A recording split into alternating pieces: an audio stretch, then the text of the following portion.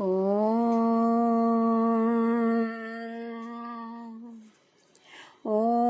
గం గణపతయే నమః. ఓం శ్రీ గురవే నమః. ఓం మాతాపితృభ్యాం నమః. ఓం శ్రీకృష్ణ పరబ్రహ్మణే నమః. శ్రీమద్భగవద్గీత అథ త్రయోదశోऽధ్యాయః. క్షేత్రజ్ఞ విభాగయోగః. క్షేత్రము అనగా శరీరము, ప్రదేశము అని అర్థము. క్షేత్రజ్ఞుడు అంటే ఆ క్షేత్రములో ఉన్న ఆత్మ క్షేత్రజ్ఞుడు. అట్టి శరీరము క్షేత్రమునకు చైతన్యము కలిగించు ఆత్మ. క్షేత్రజ్ఞుల విషయముల జ్ఞానమును వేరువేరుగా చెప్పబడిన వానికి ఆధారమైన విషయ వివరణ ఉన్నది కనుక ఈ అధ్యాయమునకు క్షేత్రజ్ఞ విభాగ యోగము అని చెప్పబడింది. జ్ఞానము, జ్ఞేయము అను విషయములను కూడా వివరంగా తెలుసుకోవాలనే ఆసక్తితో అర్జునుడు ప్రశ్నించుచున్నాడు. అర్జున ఉవాచ ప్రకృతిం పురుషం చైవ క్షేత్రం క్షేత్రజ్ఞమేవ చ ఏతద్వేదితుమిచ్ఛామి జ్ఞానం జ్ఞేయం చ కేశవ. అర్జునుడు ఈ విధముగా పలుకుచున్నాడు. ఓ కృష్ణ, ప్రకృతిని, పురుషుని, క్షేత్రము, క్షేత్రజ్ఞుడు, జ్ఞానము, జ్ఞేయము అను విషయములను గూర్చి తెలిసి కొనవలెనను ఆసక్తి కలుగుచున్నది. ఈ శ్లోకము కొన్ని పుస్తకాల్లో కనిపించదు.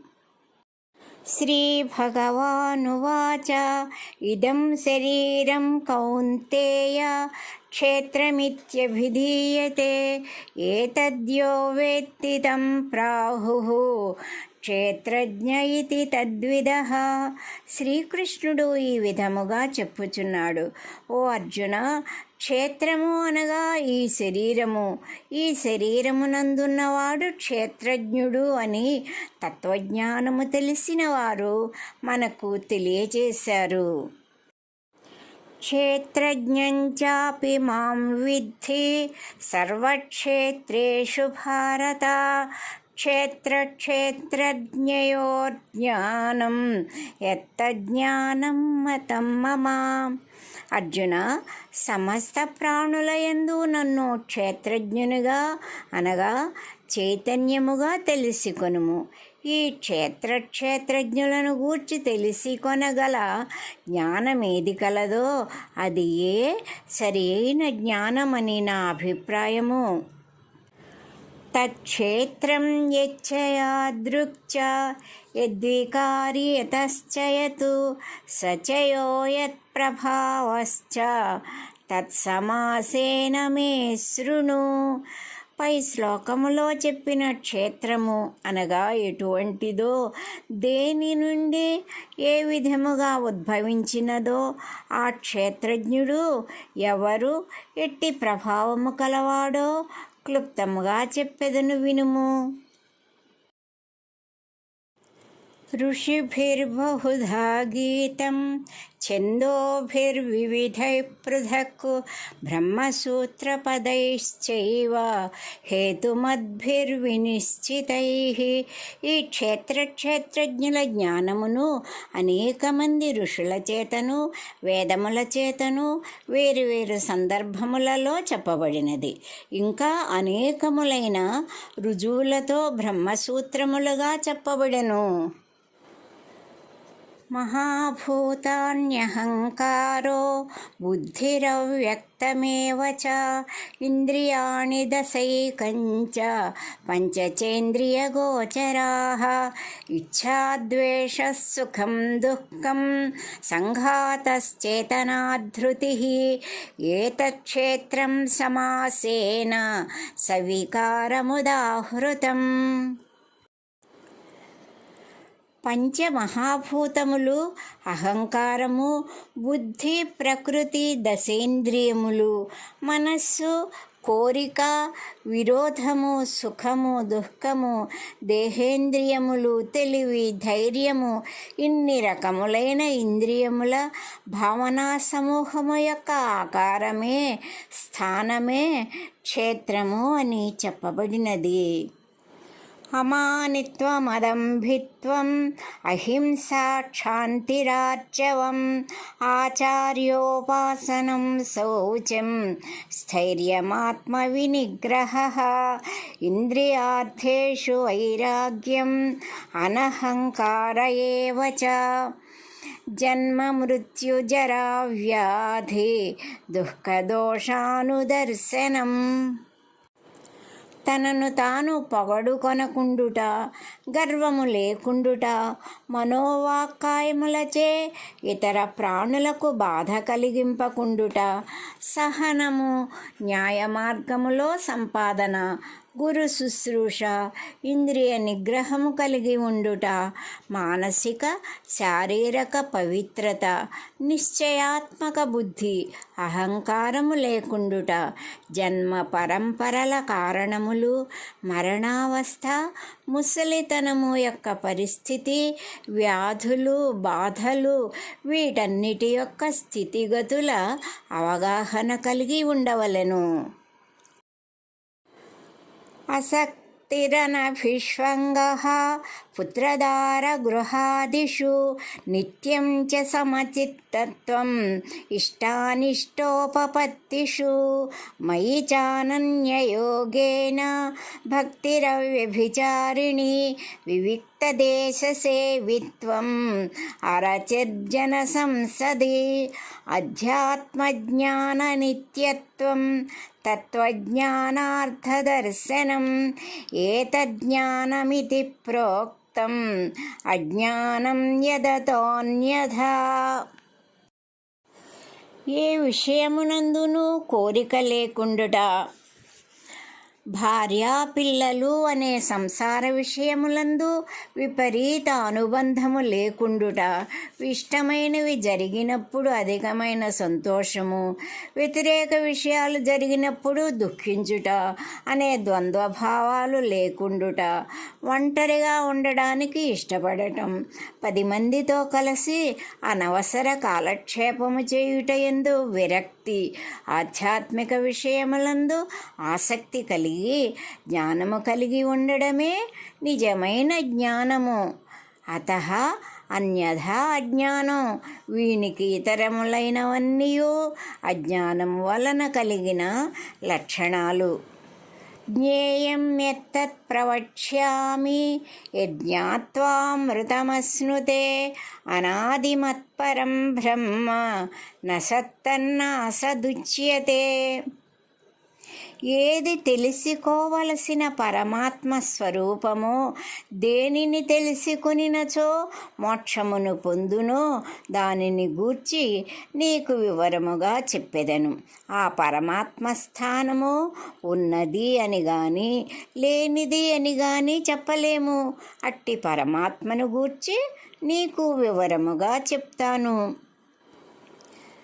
సర్వతః పాణిపాదం తత్ సర్వతోక్షి శిరోముఖం సర్వతః శృతిమల్లోకే సర్వమావృత్య తిష్టతి. ఆ పరమాత్ముని చేతులు, కాళ్ళు, కన్నులు, శిరస్సు, ముఖము, చెవులు అంతటా వ్యాపించి ఉన్నవి. ఆ భగవానుడు, ఆ పరబ్రహ్మ అంతటా వ్యాపించి ఉన్నాడు.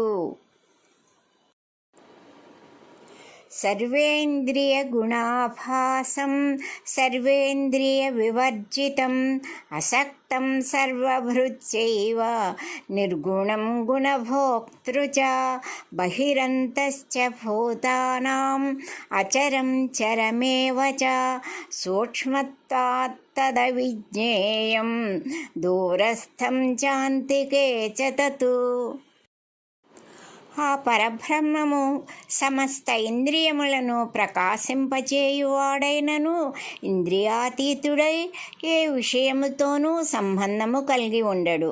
ఆసక్తి లేనివాడై త్రిగుణాతీతముగా ఉంటూ సమస్త సృష్టిని పోషించుచున్నాడు.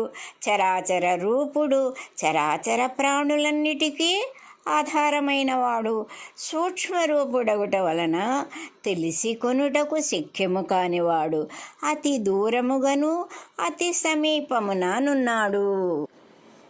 అవిభక్తం చ భూతేషు విభక్తమివ చ స్థితం భూతభర్తృ చ తజ్ఞేయం గ్రసిష్ణు ప్రభవిష్ణు చ జ్యోతిషామపి తజ్జ్యోతిః తమసః పరముచ్యతే జ్ఞానం జ్ఞేయం జ్ఞానగమ్యం హృది సర్వస్య విష్ఠితం. ఆ పరబ్రహ్మతత్వము ఏ విషయములోనూ విభజించుటకు సాధ్యము కాని తత్వమైనప్పటికీ సమస్తములైన చరాచర ప్రాణుల రూపములలో వేరువేరుగా తెలియచున్నాడు. ఆ పరమాత్మయే జీవరాశులను సృష్టించు బ్రహ్మగాను, పోషించు విష్ణువుగాను, లయము చేయు శివునిగాను తెలియవలెను. అన్ని జ్యోతుల కంటెను శ్రేష్టమైన జ్యోతిగా చీకట్లు లేని విధంగా చేయిస్తున్నాడు. జ్ఞానస్వరూపుడు, తెలియదగినవాడు, సర్వ ప్రాణుల హృదయములందు ఉండువాడు ఈ పరబ్రహ్మయే.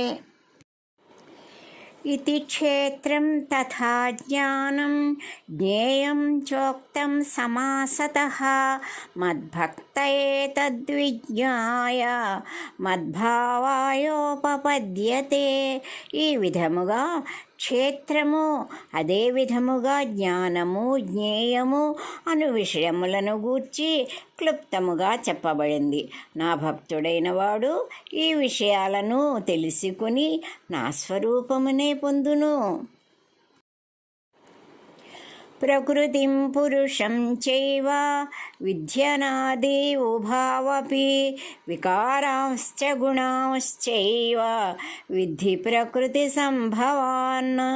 ప్రకృతి, పురుషుడు ఈ రెండు విషయములు చాలా సనాతనమైనవి. రాగద్వేషాది వికారములు త్రిగుణాత్మకమైన పదార్థములన్నీ ప్రకృతి వలన కలిగినవని తెలియుము. కార్యకరణకర్తృత్వే హేతుః ప్రకృతిరుచ్యతే పురుషः సుఖదుఃఖానాం భోక్తృత్వే హేతురుచ్యతే. కార్యకరణములను కలుగజేయుటకు ప్రకృతి, మాయా కారణమనియు, సుఖదుఖములు సంభవించుటకు జీవాత్మ కారణమనియు చెప్పబడుచున్నది. పురుషః ప్రకృతిస్థో హి భుంక్తే ప్రకృతిజాన్ గుణాన్ కారణం గుణసంగోస్య సదసద్యోని జన్మసు.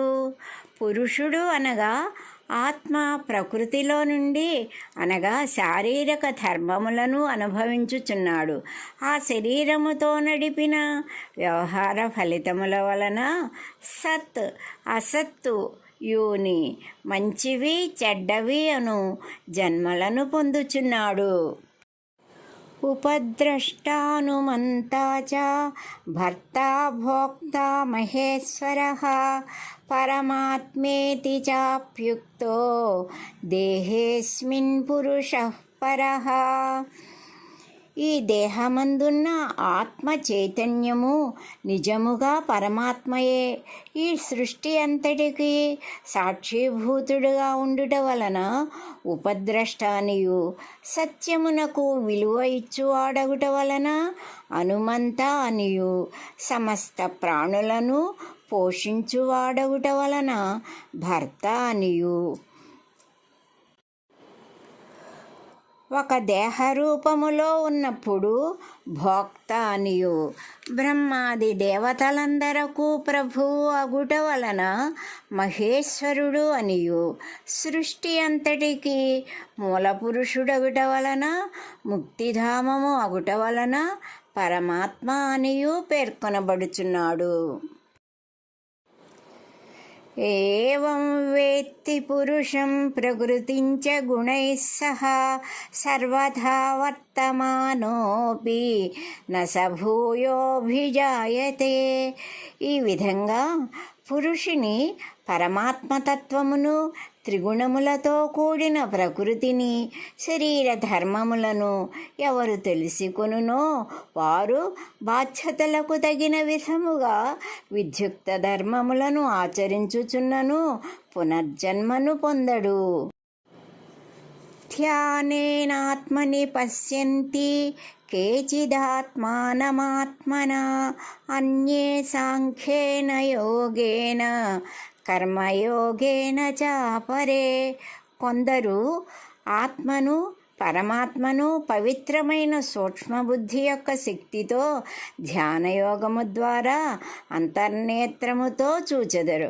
కొందరు జ్ఞానము వలన సిద్ధించిన యోగము ద్వారా, అపరే మరికొందరు కర్మయోగము ద్వారా ఆ పరమాత్మను దర్శించుచున్నారు. అన్యే త్వేవమజానంతః శ్రుత్వాన్యేభ్య ఉపాసతే తేపి చాతితరంత్యేవ మృత్యుం శృతిపరాయణాః. మరికొందరు ఈ ధ్యాన సాంఖ్యయోగములు తెలియని వారు మహాత్ములైన స్వామీజీల, సాధు పుంగవుల ఉపన్యాసాల ద్వారా పరమాత్మతత్వాన్ని తెలుసుకుని వారి ద్వారా అశాశ్వతమైన ఈ మృత్యురూపమైన సంసార బంధము నుండి తరించుచున్నారు. యావత్ సంజాయతే కించిత్ సత్వం స్థావరజంగమం క్షేత్రక్షేత్రజ్ఞ సంయోగాత్ తద్విద్ధి భరతర్షభ. భరతవంశశ్రేష్ఠుడవగు అర్జున, ఈ చరాచరాత్మకమైన ప్రాణులన్నీయు ఈ క్షేత్రజ్ఞుల కలయికతోనే పుట్టుచున్నవి అని తెలిసికొనుము. సమం సర్వేషు భూతేషు తిష్టంతం పరమేశ్వరం వినశ్యత్స్వ వినశ్యంతం యః పశ్యతి స పశ్యతి. ఎవరు నశించునట్టి సమస్త చరాచర ప్రాణులయందు నాశనము లేని ఆ పరమేశ్వరుడు సమానముగా ఉండునని తెలిసికొనునో అతడే నిజముగా పరమాత్మను తెలిసినవాడగును. సమం పశ్యన్ హి సర్వత్ర సమవస్థితమీశ్వరం నహి నశ్యాత్మనాత్మానం తతో యాతి పరాం గతిం. సమస్త ప్రాణులయందు సమానమైన భావమునతో నుండు పరమేశ్వరుని తనలో ఉన్న సూక్ష్మ రూపమును, ఆత్మను హింసించుకొనడు. అందువలన భగవానుని అనుగ్రహాన్ని పొందగలడు. పరాంగతిం, ఉత్తమ గతిని, పరమాత్మ స్థానమును పొందగలడు.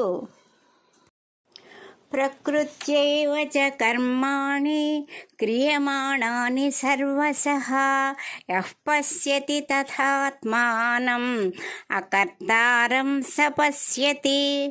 ఎవరైతే సర్వ విధములైన పనులు ప్రకృతి అనే మాయ వలన శారీరకముగా జరుగుచున్నవే కానీ ఆత్మ నిమిత్తమాత్రుడు అని తెలుసుకొనునో వారు అవగాహన కలిగిన వారు అని తెలియచున్నది.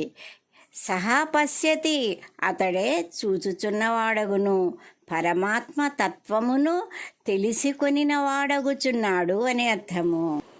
యదా భూత పృథగ్భావం ఏకస్థమనుపశ్యతి తత ఏవ చ విస్తారం బ్రహ్మ సంపద్యతే తదా. సర్వ ప్రాణికోటి ఒకే పరమాత్మయందు స్థిరమై ఉన్నవానినిగాను మరియు ఆ పరమాత్మయందే విస్తరింపబడుచున్నవనియు ఎప్పుడు తెలిసికొనునో ఆ క్షణములోనే ఆ పరబ్రహ్మను పొందగలుగుచున్నాడు. అనాదిత్వాన్ నిర్గుణత్వాత్ పరమాత్మాయమవ్యయః శరీరస్థోపి కౌంతేయ న కరోతి న లిప్యతే. ఓ అర్జున, నాశరహితుడైన పరమాత్మ సర్వ ప్రాణికోట్ల శరీరములందున్నప్పటికీ సనాతనుడగుట వలన నిర్గుణుడగుట వలన ప్రాణుల ప్రారబ్ధములకు భగవానుడు కర్త కాదు. ప్రాణుల కర్మఫలములేవి అతనిని స్పృశించవు. యథా సర్వగతం సౌక్ష్మ్యాత్ ఆకాశం నోపలిప్యతే సర్వత్రావస్థితో దేహే తథాత్మానోపలిప్యతే. ఆకాశము సర్వత్రా వ్యాపించి ఉన్నప్పటికీ సూక్ష్మమైన విషయముగా ఉండుట వలన మేఘములు నీరు మొదలగు వానిచే అంటబడకుండా ఉండునట్లు శారీరక దోషములెన్ని ఉన్నప్పటికీ శరీరములో ఉన్న ఆత్మ నిర్గుణమగుట వలన వీటి గుణదోషములేవి అంటవు.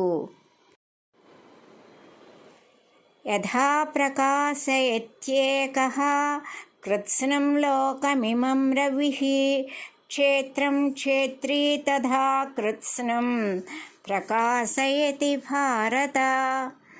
ఓ అర్జున, యథా ఏకః రవిః ఇమం లోకం ప్రకాశయతి తథా క్షేత్రీ కృత్స్నం క్షేత్రం ప్రకాశయతి. కృత్స్నం అంటే సమస్తమైన అని అర్థం. ఎంత సులభమైన పదాలతో ఆ భగవానుని తత్వాన్ని చెప్పాడో మనకు. ఒకే సూర్యుడు ఈ సమస్త లోకమును ఏ విధముగా ప్రకాశింపచేయుచున్నాడో అదే విధముగా ఈ సమస్త సృష్టిని ఆ భగవానుడే ప్రకాశింపచేయుచున్నాడు. క్షేత్రక్షేత్రజ్ఞయోరేవం అంతరం జ్ఞానచక్షుషా భూతప్రకృతిమోక్షంచ ఏ ఉదిర్యాంతి తే పరం. ఈ విధముగా క్షేత్రజ్ఞుల మధ్య గల ప్రకృతి ఆత్మల మధ్య గల భేదమును, త్రిగుణములతో కూడిన ప్రకృతి యొక్క ప్రభావము నుండి విముక్తిని పొందు విధానమును జ్ఞానము ద్వారా తెలిసికొనిన మహాత్ములు పరమగతిని పరమాత్మ స్థానమును యాంతి పొందుచున్నారు. క్షేత్రము జడమైనది, నశ్వరమైనది, అనేక కోరికలతో కూడినది. క్షేత్రజ్ఞుడు చైతన్య స్వరూపుడు, శాశ్వతుడు, ఎలాంటి ఆసక్తులు లేనివాడు. ఈ విధముగా క్షేత్రజ్ఞుల తత్వములను వేరువేరుగా వివరింపబడిన అధ్యాయము ఇది.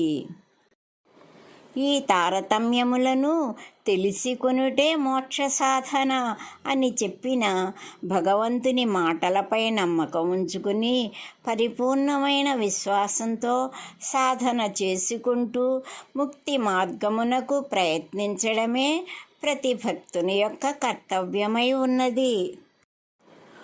ఓం తత్సదితి. శ్రీమద్భగవద్గీతాసూపనిషత్సు బ్రహ్మ విద్యాయాం యోగశాస్త్రే శ్రీకృష్ణార్జున సంవాదే క్షేత్రజ్ఞ విభాగయోగో నామ త్రయోదశోऽధ్యాయః. హరి ఓం.